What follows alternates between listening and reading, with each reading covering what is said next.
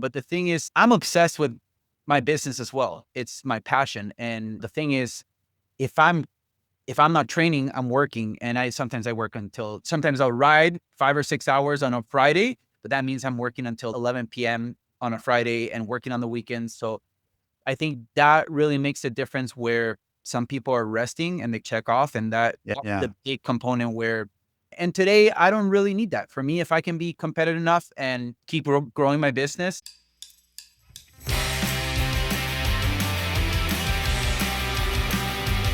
Hello, everyone, and welcome to the TriDoc podcast. This is the May 30th, 2025 edition, and I'm your host, Jeff Sankoff. The TriDoc, an emergency physician, triathlete, triathlon coach, and multiple Ironman finisher, coming to you as always from beautiful, sunny Denver, Colorado. The voice you heard before mine was that of my guest on today's show, and that is Filip Billikopf.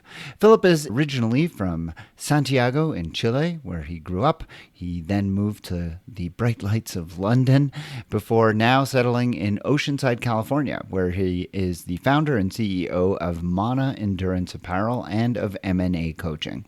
He has a fantastic story. It was a conversation I really enjoyed, and I'm looking forward to bringing it to you just a little bit later in the program. He really is a terrific individual. He has just had a great career in this sport and is bringing as much to it as he has been able to get from it. I think you will enjoy that discussion, and that's going to be coming up a little bit later on. Before that, the medical mailbag is going to be full of potatoes, specifically the idea that potatoes can be used for endurance fuel. Juliet Hockman, my regular colleague, will be here to join me and go over the evidence that exists to determine whether or not we can be using potatoes as our endurance fuel. Is this something that we want to do? Is this something that we should be considering? Or is it just a barrel of spuds? Well, we're going to look at what's out there on this subject, and we will weigh in on the matter, and that's coming up in a very short amount of time. Before I get to that, I just want to comment on the turning of the calendar into the first official month of summer, that, of course, being June here in the Northern Hemisphere. I know that I have been very much looking forward to it. We've had a bit of a wet, cold spring here in Colorado, which is a little bit unusual, but is making for a nice greening of the plains and of the hills around Denver, which is nice. But I know that the dry and warm air is soon to come, hopefully in the next couple of weeks, when Ironman Boulder 70.3 is going to be the first race of my own season. But I know that many others have started their season already, be it a couple of months ago back in Oceanside, or more recently as races have started to tick off in a little more frequency. Now, as we get into June, we're going to start seeing more and more races. And one of the longtime TriDoc podcast listeners put a question in the TriDoc podcast private Facebook group. And if you're not a member, I hope that you will consider becoming one. But if you are, then you may have seen the question that was posted there. And it had to do with the, unfortunately, all too frequent cancellations of swims that we've been seeing. Just in the last couple of weeks, we saw that Ironman Chattanooga 70.3 had to cancel their swim. And then this past weekend, Victoria 70.3 also had to cancel their swim for different reasons. In Victoria, it was an algae growth problem in Elk Lake. And then in Chattanooga, recent rainfalls resulted in very heavy flow in the river, and that was bringing a lot of detritus, a lot of downed trees into the river and making it dangerous to have the swim there. But this particular listener wanted to know, out of a sense of frustration, I think something that we've all felt, for those of us who've been in races, that more and more are seeing their swims canceled. Does Ironman owe us something? Are we entitled to some kind of refund, or should Ironman pony up and say, hey, listen, you signed up for a triathlon. We're not able to deliver on that. Do we owe you something? Now, before I opine and give my own answer to this question, I would be really interested to know what you you think. So I hope that you will consider leaving a comment in the Facebook post that I'm going to start on this subject. But even if you don't, I will share with you my own feeling on this. And that is that while I 100% understand the frustration, because I have been now several times, it's always disappointing. And I think it's really disappointing for people who are there for their first ever event, especially if it's an Ironman. If you go for an Ironman and your swim is canceled, I think that I can really understand how frustrating that is. But to expect that Ironman somehow owes something back to the athletes, I think is probably asking a bit much. There's the legal question, which can you sue them, for example? And we all know we sign away a lot of those rights. And given the fact that these swims are not being canceled because of any malfeasance by Ironman itself, and in fact, every swim that I know has been canceled because of weather-related issues, water quality type issues, things that really mandate Ironman to have to do the right thing and keep athletes' safety first and foremost, and therefore they have to cancel the swim. And let's not forget, when they haven't canceled the swim and the water conditions have maybe kind of called for it, they've gotten in trouble, right? I mean, we've seen deaths in Utah in the past, and most recently in Cork, Ireland, when clearly the water conditions were such that people should not have been swimming. Ironman did not cancel the swim, and very bad things resulted. So for a while there, I think Ironman had a bit of a hair trigger to cancel. I think they've kind of gotten to a better balance now where they really take consideration to what the local authorities are saying, and they are very, very plugged in and tied into those people who really know and should have a say in this kind of thing. And I feel like when they've made cancellations, it's always been for good reason. Now, if Ironman was making cancellation because of something they did wrong, like they didn't get a permit, they didn't get enough watercraft, they didn't bring the buoys, they just forgot the buoys, that would be a different situation. That would be their fault. And I think in that situation, yes, I think we would be owed something.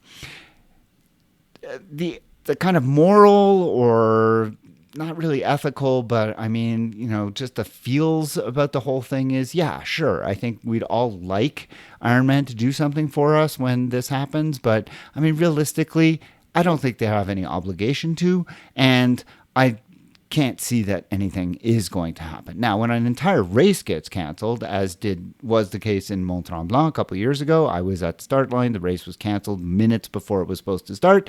Ironman was amazing. Very quickly, they offered full refunds or transfers to other races or signing up at the same race the next year for free. I mean, there was a lot of different options. So Ironman, I think, does do a pretty good job when a race is canceled. But when the swim itself is canceled, I don't think they really owe us anything. And I don't think that there's really much that they should have to do. But again, as I said, I understand where the question is coming from. I feel that same sense of frustration.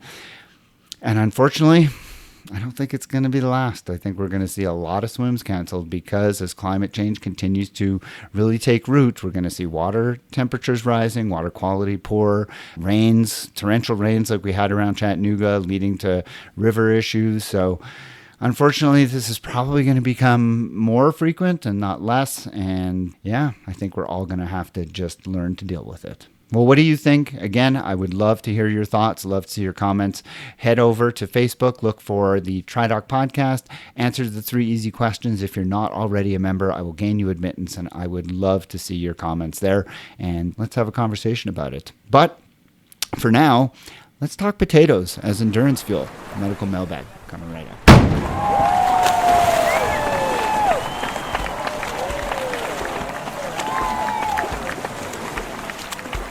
Hey Juliet, welcome back. It's always good to see you. I know you were up in Victoria with a bunch of life sport athletes. You had a good weekend up there? It's true. I feel like I've been shot out of a gun a little bit. Yeah, I got back late last night. Victoria, it's one of our big team races. We had, I think, about 15 athletes racing.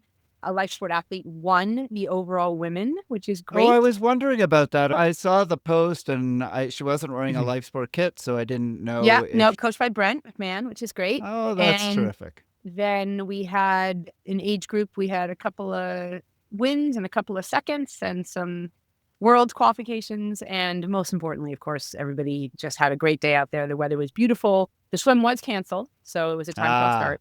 Yes. Yep, the but swim- everybody pivoted well and just had great days, and it's just fun. It's just a fun weekend for everybody. That raises the point that I touched on very briefly in the opening before this segment. This segment, by the way, for those of you who are unfamiliar, is the medical mailbag. The segment when I'm joined by my friend and colleague Juliet Hockman. We've just gotten right into our usual We banter, have. but I'll introduce it. Before this segment, in my opening, I talked about how one of our listeners, someone who you met actually at the race, had written a post on the private Facebook group, was asking the question or really seeking out other people's thoughts about, with so many swim cancellations, does Ironman owe us anything? Would we be refunded something? And you and I talked briefly about We this did. yesterday, and yeah, I've given my thoughts. I could just summarize them briefly, and that is essentially no, I don't think they do. I certainly understand we sign up for a triathlon, everybody wants to swim, bike, run. When it doesn't happen, we feel somewhat disappointed. But at the end of the day, unless it's Ironman's fault, which Exactly. it so far has never actually been, I don't think it's really fair to assume that they owe us anything. But what are your thoughts on this? Yeah, I feel like it's in those insurance policies when you have all of those exclusions, which are acts of God. What is that, force majeure or something? Force majeure, yeah. Yeah, look, Ironman organizes great races. The logistics that go into creating these races are huge, as we all know. And if they've got algae in the water, they can't do anything about that. If they've got water volume coming down the river too fast, bringing logs and other flotsam with it, they can't do anything about that. No, I don't think that Ironman, as you said, unless it's their fault, like they don't have enough volunteers or something like that. No, I don't think Ironman owes us anything. It's just unfortunate. That's all. And actually, someone was arguing this morning. I went to Master Swim this morning, and someone was saying, why couldn't they just switch it to another lake in the area? And I thought, oh my goodness, are you kidding? At the last minute, all those road closures and permits, and they spend a year putting all that together, and to just pivot to another lake and then changing the entire bike course and run course. A lot of places don't even have that option, right? No, I mean, that's when right. you're in Victoria does. Chattanooga, Yeah. when you're in Chattanooga and you're planning and swimming downriver, not like they can just pivot to anywhere else. No, but the ironic thing is that there are 4 or 5 lakes in the Victoria area, and there were probably 80 of us who swam on the Friday morning in a lake nearby, probably 15 minutes away from the race lake. And it was completely fine. It was beautifully clear. And so it's just a bummer that one lake. Yeah. You mentioned to me the idea that maybe Ironman could compensate people somehow with just a goodwill sort of gesture. Yeah, maybe. Although I don't know if I'm totally sold on it. What we were talking about yesterday is maybe Ironman could give like $50 towards the next race registration just to say thank you, and it wouldn't hurt the business really if they had $50. It might even drive registration. I don't know. Or you were suggesting maybe a coupon for the merch in the store. Yeah. Something like that is a goodwill gesture. Pretty simple to do logistically. But again, I don't think that they owe us anything. I agree.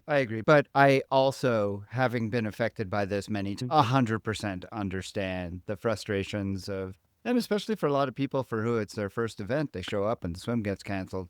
They feel like they didn't do the whole thing, and I get it. So anyways. On the other hand, how many athletes out of the 1,800 who were registered for Victoria were psyched that the swim was canceled? Probably absolutely. A bunch, right? Oh, and even for Chattanooga, I had an athlete racing, and when he heard it was canceled, he's, oh, good, I could just not pack my wetsuit. It just makes it easier. And he wasn't thrilled about the swim. Yeah, I think there is that side of things too. Right. Okay, let's get to our medical question because I think it's a good one today. This is a question that doesn't come from a reader. It comes from me reading something in the Washington Post a few weeks ago. And I think you may have heard about this, Juliet. Have you seen or heard anything about people using potatoes as their fuel? Yeah. You probably have athletes who have baked those little oven roasted potatoes for Ironman events, and they put them in their bento box and they eat them. Honestly, 100% I have not. Okay, and if they did, I'd be like, really? That just doesn't sound... Or they'll sound... put mashed potatoes into some kind of a squeezy, like the thing you might make icing out of, and they'll do mashed potatoes. God. I can't imagine it, but some people, their heart rate's low enough, they're out there for a long time. They don't want that sweet. The potential mess Ooh. Well, that's what I'm thinking. Maple syrup is hard enough, let alone mashed Oh, potatoes God, all yeah. over you. Yeah, I Can I know. just, But as no, a, it's the thing. as a total aside, I love Untapped, the Oh, maple yeah, syrup. Untapped. Yeah, there's And the two. There's first time, Untapped, and there's another one too. There's one in Canada, which I think is Untapped, and then there's one which is in the United States. There's two different companies that do the maple syrup. I'll have to try it both. You know, Yeah. I cannot get enough of the maple syrup. But the first time I opened up one of the Oh, yeah. packets, no, it didn't explode. I Oh. thought it was a gel. So, and I put it in my mouth and I squeezed and I Oh was my God. running and I Yeah. was running. And so I'm thinking I'm going to Choked get like on it. this maple gel, and maple syrup just went shooting down the back of my throat. If you And don't open it, I yeah, stopped cold and I was just like gagging and coughing for exactly. So word to The word from wise. the wise, Yeah. the Untapped, the packets, they're not gels, they're just 100% pure 100% maple syrup. Yeah. It is first of all, it's amazing, but it can be a mess. Yeah. And don't take it slow. You when you're on the bike and you're doing it with one hand in your teeth, you have to do it carefully, because if you're Yeah. squeezing it even just a little bit, it's gonna go up your nose and down your pit and all over your hands, Yeah. and then you've got sticky. But they have them with like coffee flavored. They've all different kinds, not just straight syrup. It Well, can and get they're- pretty sweet too. And their waffles are to die for. But anyways, okay, we have totally Let's talk lost the about plot here. Potatoes. There was an article in the Washington Post in May of this year, early May, and it was called "Powered by Potatoes: Endurance Athletes Are Chasing Speed with Spuds." And I thought, first of all, besides the mellifluous name of the Clever article, I thought, yeah, alliteration. very clever alliteration right there. And I thought, wow, that's great. I'm going to read this. And I read it and I thought, this sounds very familiar because I've seen here and there, this will come out. There'll be an article in Triathlete or an article on, somebody will start a thread on Slow Twitch or something about how potatoes are their go-to. And I always poo-poo the idea because I'm like, seriously, who wants to carry, like, so we used to go on these canoe trips.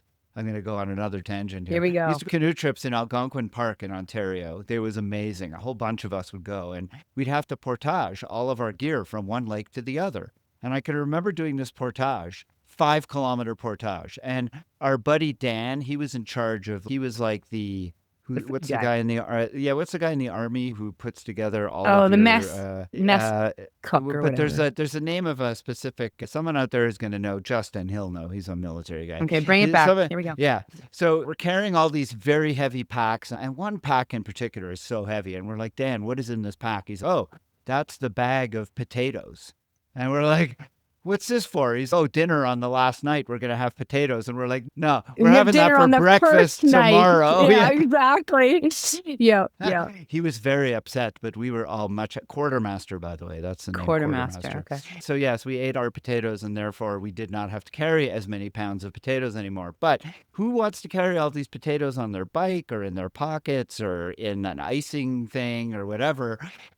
Still, here's this article in the Washington Post making me think maybe there's something to this idea. So Nina Takashima, our valiant intern, she dove into this. She brought colander in hand, potato peeler, off she went. And turns out there's quite a bit of literature on this. And basically, I'm going to tell you what the literature said first before I tell you about what I think and what she thought were actually the most hysterical part about the whole thing. But All right. the literature on this is actually not quite as good as you might believe. The article in the Washington Post is basically saying, hey, potatoes are amazing. They have more potassium than bananas. They are packed with calories in the form of starches, which are great because they take longer to metabolize, longer to break down. So you have this continuous source of fuel, long-lasting, fast-absorbing carbohydrates. Ultra runners will frequently use chicken broth and make a mixture of mashed potatoes with chicken broth, so they have this saltiness. And I'm like, cold mashed potatoes with cold chicken broth. It just does not sound appetizing. No, probably the aid station that's hot. But anyway. No, apparently people are carrying this stuff cold. But anyway, listen, doesn't matter. Okay. The article went on to make it sound like this was just like manna from heaven, ultra runners especially. And you can mix it with miso broth and butter and all kinds of great ways to get more calories. So sounds great. A lot of what was written about in this lay article in the Washington Post comes from a scientific article published in 2021 by a gentleman by the name of Amadeo Salvador, a PhD, excuse me, it was 2019, Amadeo Salvador, 2019. It published it in the journal Physiology, and it was potato ingestion is as effective as carbohydrate gels to support prolonged cycling performance, which again sounds fantastic. And basically, he had a pretty small study, 12 cyclists, had them ride, compared fueling with potatoes to fueling with gels. And this was one of the first studies. I can't say it's one of the first studies, but it was one of the better studies that showed that if you eat real food, like whole food, does a good job of reducing gut inflammation. And we've seen this in the cycling world much more than in triathlon. So, for example, if you're familiar with Alan Lim from Scratch, he's worked with a lot of cycling teams, and he has a lot of his teams fuel with whole food in the form of rice. So he'll make these sticky rice cakes and impregnate them with berries and nuts and egg and all this stuff, and so that they can get their carbohydrates instead of in potato form in the form of rice.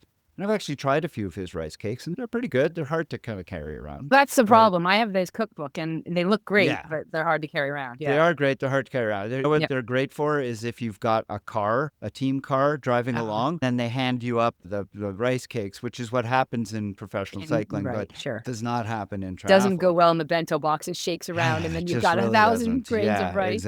Exactly. But all of this to say that potatoes, whole foods, do a good job of not only giving you fuel, but helping your gut work as it should, and therefore having less gut inflammation, as opposed to just pounding it with all of these simple and some complex carbohydrates and then hoping for the best. So that's why I tell athletes it's always a good idea to mix in some real food. It doesn't have to be in potato or rice form. I take waffles, for example. Some people will have bars, whatever it is, just food, because I think it makes your gut work better. At any rate, this study from 2019 saying that looks like potatoes work pretty well. And in his study, it didn't actually show that the cyclists did better eating potatoes. It just showed that their gut inflammation was a little bit better. And so he was suggesting that in some, potatoes were better. Unfortunately, this hasn't been borne out really in other studies. Other studies, Cantor and Elkin, also in 2019, potato as a source of nutrition for physical performance. They found that potatoes did a fine job. They found that potatoes contain a lot of vitamins, which I think we know. Potatoes contain a lot of good things, but that people who use potatoes when they are training do basically as well as if they're taking gel. So there's no true benefit. Males and females exhibit similar muscle glycogen recovery with varied recovery food sources in 2020. This looks more at people who've done an extensive hard workout and then what do they fuel with after the fact. And it turns out if you have some potatoes after, that can really help with rebuilding your glycogen. But we know this. If you have chocolate milk, we've talked about that. It's another example of getting a variety of different sources of your protein and carbohydrates. A protein isolate stimulates muscle protein synthesis at rest and with resistance exercise in young women. Nina felt it important to include this study because it's one of the few that we've seen on exercise in women alone from 2020, and showed that if you take potato protein isolate, it actually works really well to help when you're doing resistance exercise to actually maintain muscle protein, which we thought was pretty cool. Mm-hmm. So the long and the short of all of this was that potatoes do work pretty well as a fuel source. The big negative, the major drawback, is that potatoes cause way more gastrointestinal distress. And you can, come on, anybody who's been to a family gathering and like chows down on the mashed potatoes, you know what it's like having them sit there. That's kind of but like, come on, imagine... it usually is because you have mashed potatoes and meat and gravy and all the things. I don't know if it's the mashed potatoes alone. I'm not suggesting it's the mashed potatoes alone, but the mashed potatoes are definitely part of it. Mashed potatoes. Listen, I love baked potatoes. I love potatoes in pretty much any form. And I should point out, because we were chuckling about this is not French fries. Like, as much as we would like to think, like the fast food versions of potatoes, of which there are many, potato chips. Who knows how many fried Crinkle versions? cut, Yeah. tater tot. None of those. Yeah. None of those. This is all steamed potatoes, boiled potatoes, baked potatoes, and mashed potatoes after they've Not been oven roasted potatoes, because those would be the easiest to eat. Oven roasted could be, but again, you You're can't adding carry them fat. hot. You can't carry them hot. No, but They're they'd going to still be be carried they're cold. yeah, they'd still be easier to eat than mashed potatoes out there. Yeah. Well, Yeah. look, the long and the short of it is yet, yes, potatoes do work well as an endurance fuel, but they don't work any better than traditional gels or sport fuels. And they have significant GI distress for a lot of people. Not everybody. You will see people up and down swearing that potatoes did wonders for them, and that's great. I do want to point out, however, what I think is probably the best part that came out of this for us was that I've spoken before about how you have to be really careful when reading medical literature about a few things, like how big was the study relevant to what was actually being studied? Did it use placebos or was it comparing against something else? Was it sponsored by the manufacturer of whatever? And many times we've said, oh, this supplement, all of the studies were funded by the supplement manufacturer. Here we are researching this stuff on potatoes thinking that can't possibly be the case, only to find out, no, Big Potato. It's a conspiracy. Big Potato has their thumb on the scales of every single one of these studies. So the article in the Washington Post quotes a campaign called the Potatoes Fuel Performance Campaign, launched by Potatoes USA, a national marketing and research group, which is a potato industry funded study. Or group, sorry. And then every single study we found was somehow tied to some other. I couldn't believe how many potato industry lobby groups there were and how well funded they are. It's incredible. So there was, what was that one? That was Potatoes USA. And then we found another one called USA. And then we found another one. I kept saying how, what is it? It's got to be based in Idaho somewhere. What was the other group called? The other group also had a funny name. It was like Spuds, Turkle, whatever. I mean, Spuds it was probably stands for something. Save potatoes under drought. It was just up and down. Every single study that had anything good to say about potatoes was funded by the people who grow, harvest, sell, market, whatever, the potatoes themselves, which doesn't, as I've said before, doesn't make the research completely invalid, but definitely makes you wonder if they've got an ulterior motive and therefore really trust it. So I was a little discouraged to find out that Big Potato was tilting the scales here of money and potatoes in their favor. So anyways, I could go on. Boy, as if the conspiracy theorists haven't got enough to think about. Now we have to worry about Big Potato. Yeah. And who knows what they're doing out there. I really wanted to bring on, I couldn't find it. My kids used to have a Mr. Potato Head. Mr. Potato Head. I was going to have him lurking over here with his evil look. Anyways, but I think the take home here is, look, if you're one of those people who finds that you use potatoes and they work for you, by all means, there is certainly evidence to suggest that they're good for you. They contain a lot of vitamins, which is not at all important for our racing, but hey, overall nutrition, why not? And you're going to get a sustained, easily absorbed carbohydrate, which is going to help during a race. Sure. I would suggest you mix it with a broth type thing, because then you're going to get salt as well, or mix it with salt. How you're going to eat that on the bike, I have no idea. That's the thing. And that's what I keep coming back to, because gels pack a lot of carbohydrates into a small package, right? So those packs of gels is basically 25 grams of carbohydrates in a little package. A potato, it's a large item. The potato itself is 75% water. So you're not actually getting, when you're carrying around a potato, you're mostly carrying water. And do you know what the carb value is of a potato? Yeah. So it's, hang on, got to make it bigger on my screen here so I can see it, because you know how it is with these ages. If I were to, between now and our next podcast, experiment and bake a potato and take it with me on a ride, but of course I'm counting carbs and calories on every ride, as one does, to make sure that there's enough fuel, what's the carb value of that baked potato? Okay. approximately Each ballpark? potato. Oh, come on. We can Oh my Google this gosh. faster than you can look it up. Well, yeah, because you know what? They're not giving it to me here. But Nina found a paper that said how much it was. I just How gotta many find it carbs in in the a paper. potato? 26 grams of carbohydrates. So a medium potato is 26 grams of carbohydrates. So 100 calories. Yeah, so one Yeah. gel pack Yeah, is a versus potato. a medium potato. That's the problem.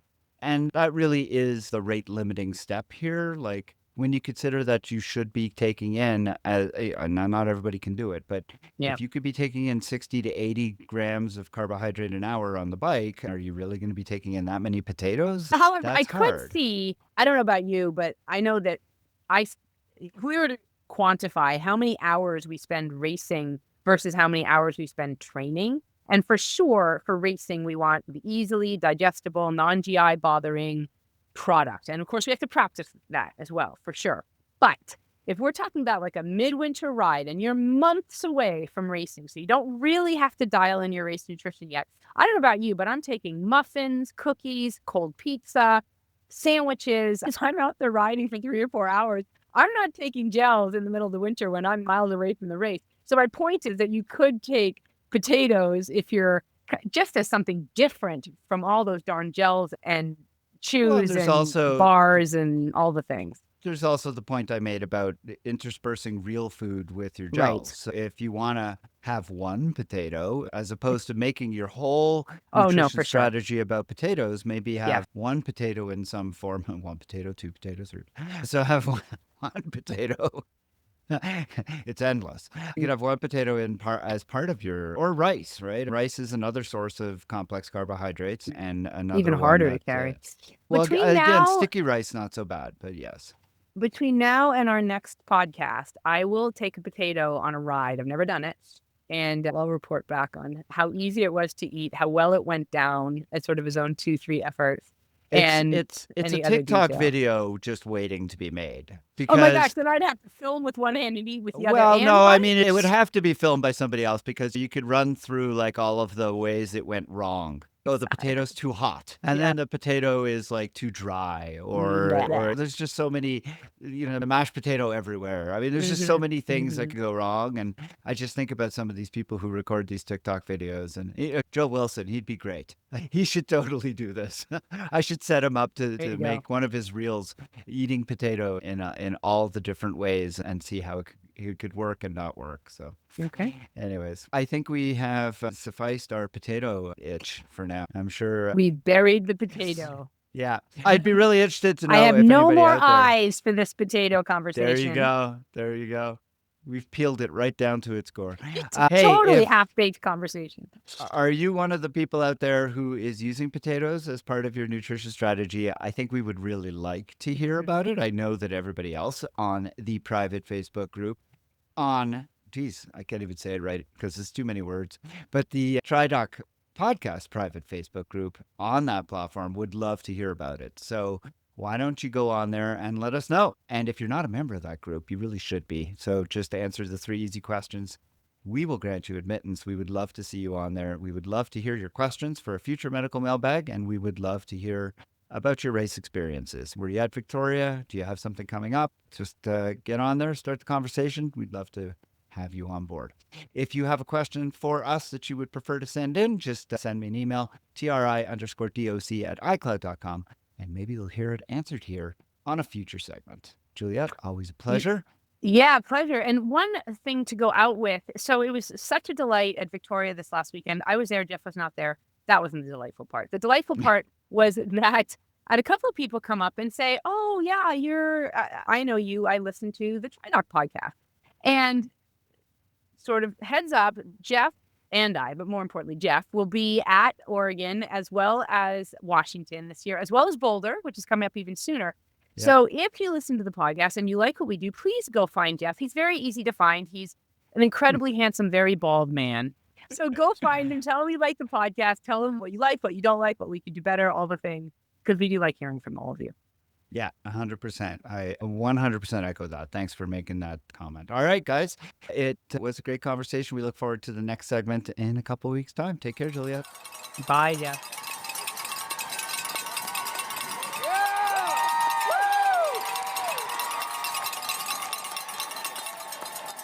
My guest on the podcast today is Billikopf. He is a Chilean-born endurance athlete, a coach, and an entrepreneur who is based in San Diego, California. He's originally, though, from Santiago in Chile, where he grew up in a family passionate about road cycling, and that laid the foundation for his lifelong involvement in sports. After initially pursuing a career in banking, of all things, he transitioned into the world of endurance sports, becoming a competitive triathlete and coach. Billikopf has competed in numerous multi-sport events, including the Ironman World Championships in Hawaii, the Ironman 70.3 World Championships, and the Marathon des Sables. Notably, he has raced Ironman events on every continent. As a coach, Philip co-founded Mauna. I'm pronouncing that correctly, Mauna? Yeah, today M&A coaching because we Okay. didn't merge. M&A coaching. And beyond coaching, he co-founded Mauna Apparel, a brand that reflects his commitment to the endurance sports community. His multifaceted career showcases dedication to excellence in both athletic performance and mentorship. We're going to talk about all of that and more. Philip, thank you so much for joining me today on the TriDoc podcast. It's a pleasure to have you here. Thank you for having me. It's a pleasure to be here. So tell me a little bit about your early career. How'd you go from the world of finance and banking into multi-sport clothing apparel? Yeah, so, well, it's a long story how to really summarize. We have time. We have time. Like you said, my family comes from more than a road cycling background. They're super into cyclotouring. So basically, when I turned 7, my dad took me to Scandinavia and we did cyclotouring, like the bike with the panniers. And not like today, like the aero, no, basically like a huge ton of bags in the bag and almost like a truck, like a huge, and with our tent and everything. So we cycled all across Denmark, Norway, Sweden, and Germany when I was 7 in a tandem bike. And it was his passion. It is his passion. And after that, he made it a tradition. So each time one of his next, which was my sister, turned 7, he took her and then my brother. And now he has 7 kids. So you can imagine how many places in the world he's traveled with all of them. And then my cousin started doing this. So it's just like a family kind of thing where we'd go for vacations and our summer vacations to different parts of the world. Africa, New Zealand, South America, Europe, and just tour around with panniers and sleep wherever we found a place. And it was quite an adventure.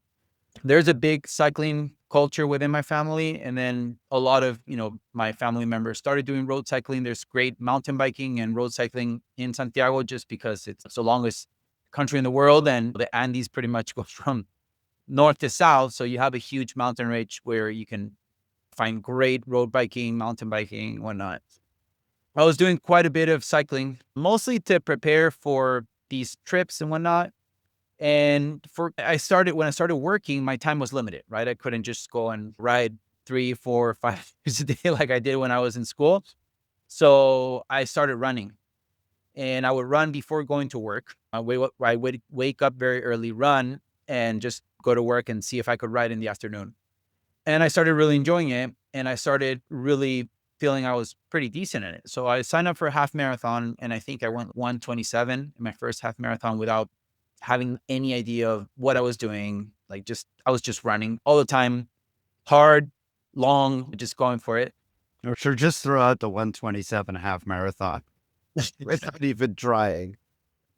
And then I signed up for a marathon and I went 3:01. So almost sub 3. Oh my goodness. I was like, okay, I like this. I enjoy it. It's pretty natural for me. And then I was like, why don't I do a triathlon? It always intrigued me. The typical, I don't want to get all romantic with the whole Kona story, but it's the truth. Like the whole Ironman video in Kona, that's something I was always like, one day I might want to do this, but it was something like too far away. It's like, the typical story, right? How are you going to ride 112 miles and then run a marathon, right? So I was like, okay, I need to start swimming. And literally no swim background. I knew how to swim in a pool in the ocean, but never really did any swimming classes. And I started swimming everything on my own. And yeah, up to today, it's still one of the discipline that I'm still trying to figure out 10 years after. Like I'm still like so many of us. exactly.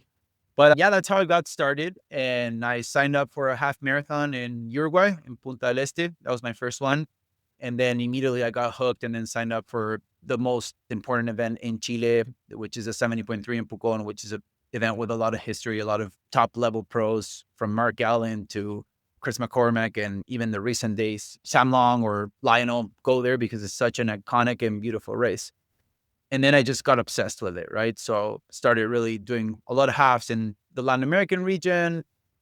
And at the time I was working in fintech, right? Banking, like you mentioned. And I got an offer to move to London to set up the whole company there in the UK. So I moved there. I was already doing triathlon. I had done probably in a year and a half, like 7 or 8 70.3. So I got pretty hooked on it.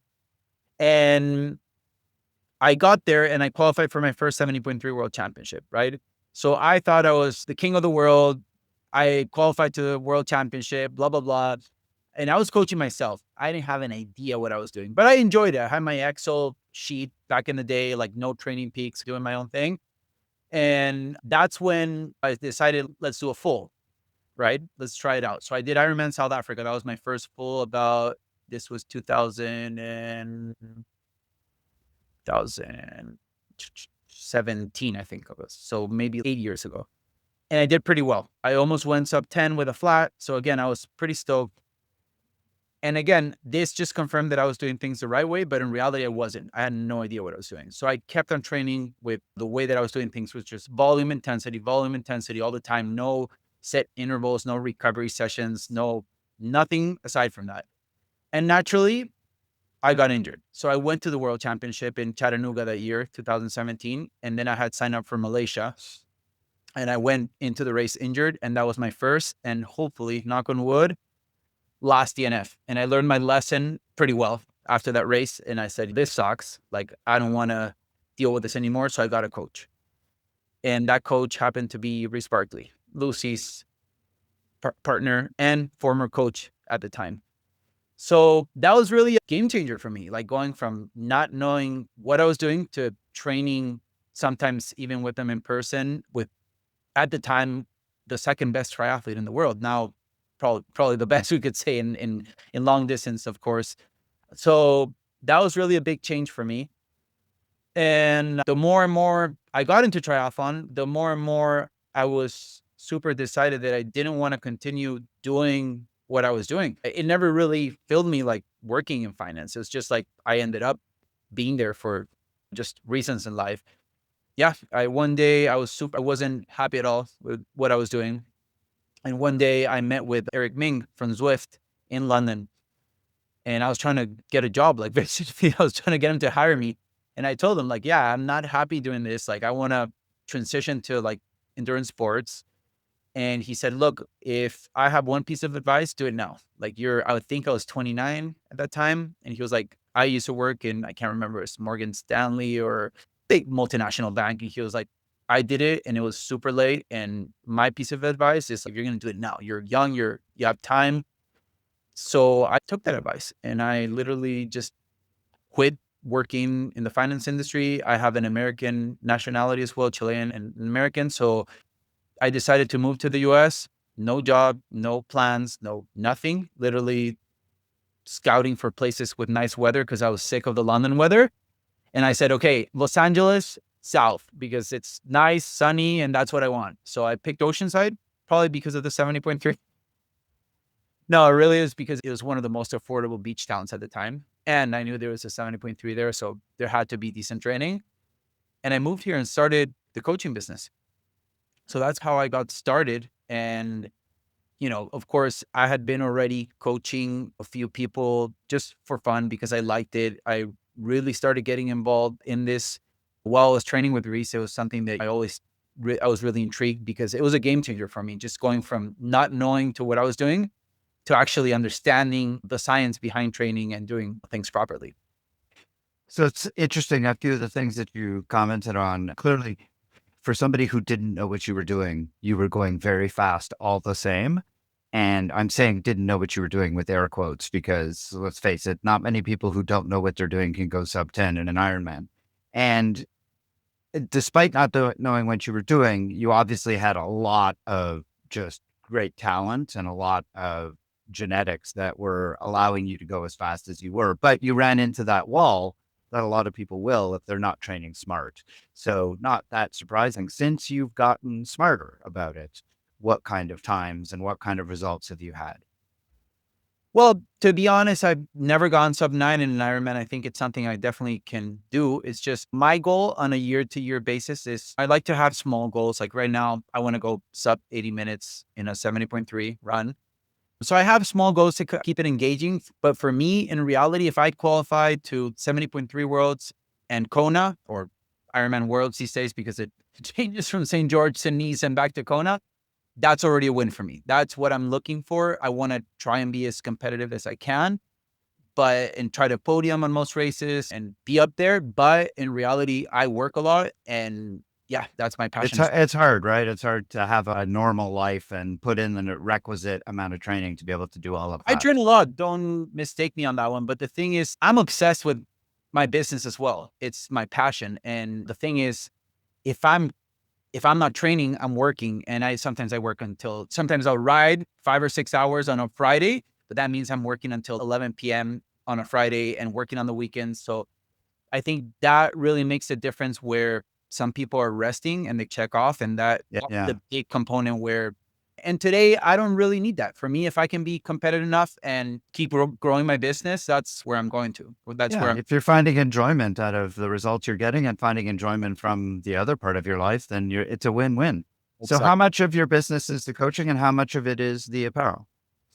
We started with a coaching business actually a month before the pandemic. So it was a rough start, but naturally, even though we were super scared when we started, we put pretty much all our eggs into this basket.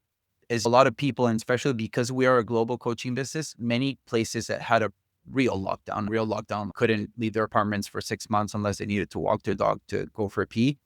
Many runners or many athletes turned into cycling or triathlon just because indoor cycling was the only option they had. So that was really like a big opportunity for us where we started growing and we really dived deep into making sure we were targeting all these, people that couldn't really go out and train and meet other people and whatnot.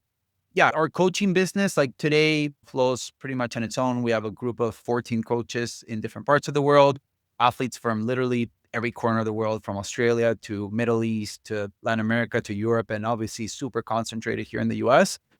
But it's athletes from all over the world. And then the apparel business we launched in 2022. And that basically, to your question before, why or how did this come across? It was a necessity. So I really found, I said, after working with, I'm not going to name, but of course, quite a few apparel brands in the industry, it was a pain in the ass. That's the only way to phrase it. Like it was a nightmare. Quality. They'd send you the worst quality, like not what they sell in their retail store. So basically club quality, horrible. Like it would start breaking apart in a month, 2 months. When you start washing it, designs were terrible. The design limitations were, it was super limited. So you didn't have a whole ton of options. Timings, companies would say, yeah, 45 days and it would be 3 months. And pricing was just insane. And the more and more I've gotten into this business and of course, understand it inside out, I just can't believe, how some companies go and charge close to $1,000 or 700, $800 for a tri-suit, right? When in reality, the materials are exactly the same. I understand because we are such a data-driven company and performance-driven company that there's a component basically of, if you're constantly testing, which you should, because if you don't do that today, if you're not improving, if you're not going with technology, you die. That's just the reality, right?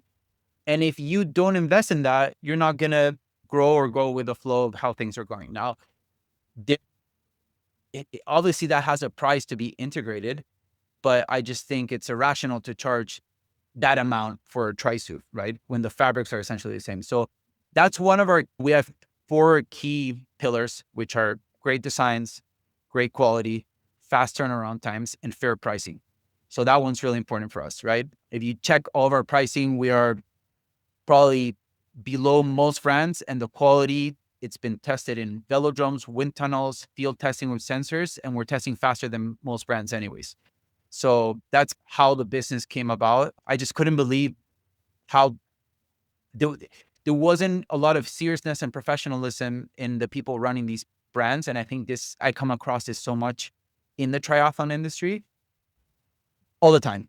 And when you look ahead, do you see any kind of major changes to apparel in triathlon? We I can't think of anything major changing in the last few years. We had sleeveless, and then we had sleeves all of a sudden. We've had some tinkering around the edges with ribbing and some of the materials to try and make them more aero. But is there anything specific that we could look forward to or that you could think of that could make triathlon apparel more, I don't know, interesting or fancy? So all the top brands today are testing and developing stuff that is fast, right? Or at least they claim that, right? Yeah. That's where, that's a trend, right? Now, you can develop a suit, like we've met with multiple experts in the field, and you can meet in a wind tunnel and you can put one of those track suits that are almost like Lycra, and it's basically like super, super tight and you look like a sausage, right? And of course, you put that on and it fits so tight and so well that it's going to test fast. I don't have a doubt about that. And the biggest the biggest differentiating factor today, like if you look at all the top brands, in reality, what's going to make the difference is the fit, right? If it fits well, that specific person, right? And we'll dive a little bit deeper into that when it comes to individual people rather than what's available from us to the masses. But that's when it comes to aerodynamics, right? So everybody's aiming to make a fast product. Now, if you make a fast product that doesn't breathe well, your race is done. What's it? I'll put it to you this way. If you save 10 watts on the bike, or let's say you save 3 minutes or 5 minutes in a full distance Ironman versus using one suit or the other, maybe 5 is too much. Let's say 3, but then you have a suit that the breathability starts from the bike, right? Because you might not feel it as much because you're going fast and you have winds and the real feel isn't as hot as when you're in the run, but it's basically for the pros 4 hours plus 2 and 30 these days. So it's 6 hours and a half that you're grinding out with a suit that isn't breathable, which means your core temperature is elevating and then game over. That once, Yeah. once it's at a certain point that it's game over. It's all the trade-offs, right? Or if you have a suit that fits super tight and then you can't swim because your shoulders are so restricted. Exactly. So that's an area that we are really diving deep into, making sure that we offer different options. So all of our pros, they don't make one specific suit, right? So first of all, it's a tailored fit approach, which even the guy that just jumped from age grouper to the pro field can do this, right? Or even you, if you want to get a custom suit and pay the price to get an individual custom suit, you'll get a tailor-made suit with the fabrics you pick, which will have recommendations from our experts. So the team that basically manufactures this. And then 3, you can pick the features. So let's say you don't want any back pockets and you want the inside pockets here for ice or for gels because it's more aerodynamic and they hold well here for full distance racing. If you have all your nutrition on the bike, you don't need those back pockets, which are small, but it's gonna subtract when it comes to aerodynamics, right? So all of that you can do. And I think that really makes a difference to not only for top age groupers and pros, but really anybody that is looking for something comfortable that fits them well. And even the guy that is doing a 7 and 15 hour 70.3, if they can save 15 minutes, yeah, they're going to be happy with that. Even the guys that are back of the pack athletes, everybody wants to go a little faster. And be comfortable. 3 minutes free time. Exactly. Yeah. So I think that's where we are going. We're doing a lot of testing. We're going to Silverstone in August. We have some new stuff that we're going to be launching, some surprises. And surprises are good. Huh? Surprises are good. Exactly. And we have a lot of independent testing. We help our athletes also, like if they're going to the wind tunnel with their bike sponsor, and we can pitch in a little money for testing a few things here and there. And we also work together with Ghibli, which is the sensor that goes on your bike. I don't know if you've heard about it. No, I haven't. It's a sensor. Ghibli to me is an animation studio. Well, but it's a sensor that you put in your bike, and essentially you can get real-time data and test different setups, try suits, like whatever you want. So some of the product development, we also go back to them and work together to make sure that we have some advice from somebody externally. That's super cool. It's so interesting to speak to someone who's so involved in their own business and knows all about what athletes want because they themselves are an athlete. and is really in tune with what's going on the front lines and then the testing and everything else. Yeah, I wanted to go back to just something really you said right at the beginning of our conversation, being from Chile and Chile being such a mountainous country. I'm an avid fan of cycling, and I may be betraying my ignorance here, but there's a lot of professional cyclists that come from South and Central America, but I'm not familiar with any big names from Chile. Is Chile just not a big cycling in terms of as a professional sport kind of country? Certainly football, of course, and I'm sure there's many sports that are very popular down there, but is cycling just not one of them? It is pretty popular, but you're right. Most cyclists, I don't know, Colombia, for example, has a huge cycling culture, and great cyclists are coming from Colombia and even from Yeah, Ecuador recently. right.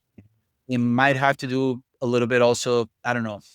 I'm not quite sure how to answer that question. Right now, I know there's Martin Vidaurre, who's Chilean, who's sponsored by Specialized Pro Team. He's killing it in mountain bike, like killing it, but not necessarily road biking. So yeah, to be honest, I left Chile probably 10 years ago. So I'm not quite sure. I wouldn't know how to answer that question specifically. It is a pretty, especially mountain biking is a pretty popular sport. I think there's not a lot of money into developing these athletes. Like you said, soccer is the most popular. Everybody plays soccer. So yeah, there is quite a bit of cycling, but I think it's more, there's not enough money to develop these kind of sports.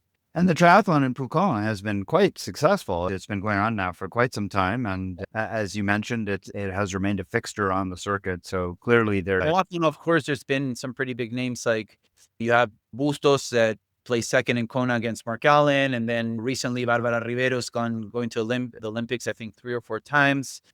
Super solid athlete. But yeah, like there's not, I guess in Latin America, it's tricky. Like the opportunities is not the same. Even in the US, I feel like triathlon, unless you're like in the top 5 and really have a solid branding or brand for yourself as an athlete like Sam or Lionel, it's tricky. It's tricky yeah. to have a career. And especially in Latin America, like the reality of those guys is completely different to some of the guys here. And it is a disadvantage. Yeah. So we're both in the coaching business, you with M&A coaching, me with life sport. We were talking before we came on about the threat of AI, the company whose name sounds suspiciously like my own, the TriDoc. Curious about whether or not you think AI has a role in coaching triathlon and whether or not you think that specific company represents the threat that I think it does to independent coaches in the world of triathlon right now. So, okay, let's start with your second question regarding the threat. I don't think I have enough information to really make a claim or comment on that specifically. Now, when it comes to I do think that if not the most important component to coaching is a person, right? Actually, the reason I'm coaching myself now, I've had 3 amazing coaches that I've learned so much from, and I apply so much of what I've learned from them in my coaching. But I think in my case, like I'm so obsessed with being on top of things and really making sure I'm available for my athletes. And I think that's a component that you get with a person behind this. Like with AI, it's just, you can't really get that and have a conversation, etc. Whenever your athletes need it. It's something that you can't really get with AI. I think I use AI for a ton of other things with my business, with both with the apparel and the coaching, but not specifically to coach my athletes. If I think that's something that's irreplaceable. And yeah, that's my opinion on it. Yeah. All right. I think we're pretty much aligned on that. So that's cool.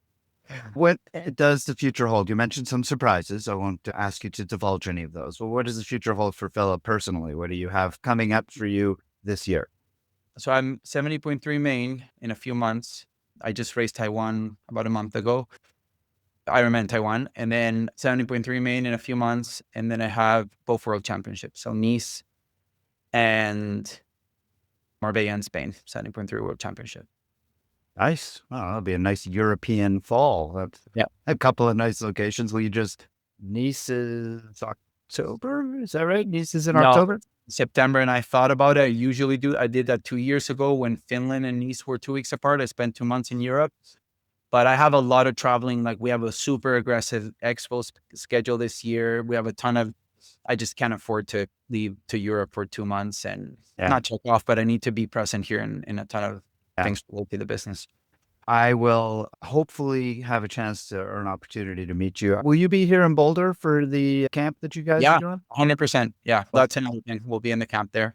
all right. You never know. Maybe we'll get a chance to run into each other there. If not, maybe in Marbella. Hopefully we'll get a chance to meet in person. Billikopf is the owner of M&A Coaching and of Mauna Endurance. He's founder of both of those, and he's a very successful age group triathlete. I can't thank you enough for joining me and chatting about your experience, your history in the sport, and about both of your companies. It's really exciting, and I wish you the best of continued success for both your personal exploits and for the companies as well. Thank you so much for having me. And we'll be in touch. Definitely swing by the camp.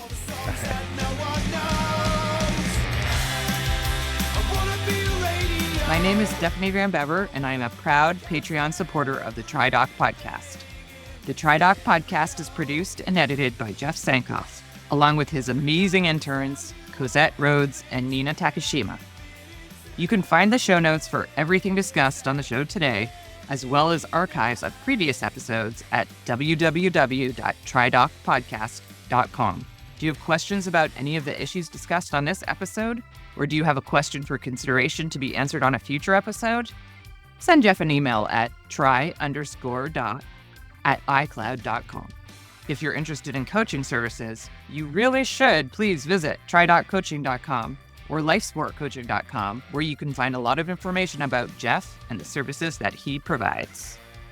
You can also follow Jeff on the TriDoc Podcast Facebook page, TriDoc Coaching on Instagram, and the TriDoc Coaching YouTube channel. And don't forget to join the TriDoc Podcast private Facebook group. Search for it and request to join today. If you enjoy this podcast, and I hope you do, I hope you will consider leaving a rating and a review, as well as subscribe to the show wherever you download it. And of course, there is always the option of becoming a supporter of the podcast at patreon.com/TriDoc Podcast. The music heard at the beginning and the end of the show is Radio by Empty Hours, and is used with permission. This song and many others like it can be found at www.reverbnation.com, where I hope that you will visit and give small, independent bands a chance. The TriDoc podcast will be back again soon with another medical question and answer and another interview with someone in the world of multisport. Until then, train hard, train healthy.